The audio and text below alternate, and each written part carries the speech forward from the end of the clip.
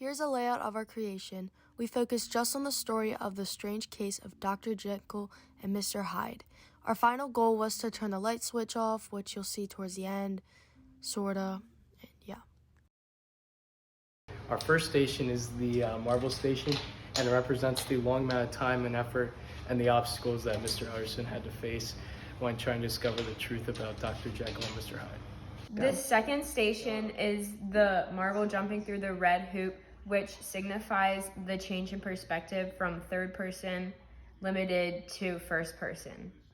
The next section is the House of Cards, and this represents the sudden death of Dr. Lanyon after he found out the truth about Mr. Hyde, and it represents because the House of Cards disappeared so suddenly, just like his. The Lego tower hitting the dominoes on the top of the box represents the very first suspicious activity that happened from Mr. Hyde, which was him hitting the little girl and running away, which hit Mr. Utterson in shock.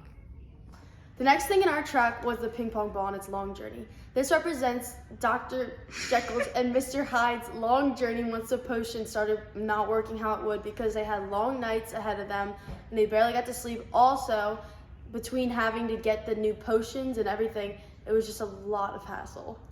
The next part is the dominoes knocking over the plastic water bottle, which represents the similes and metaphors that describe how Dr. Jekyll and Mr. Hyde's lives are falling apart.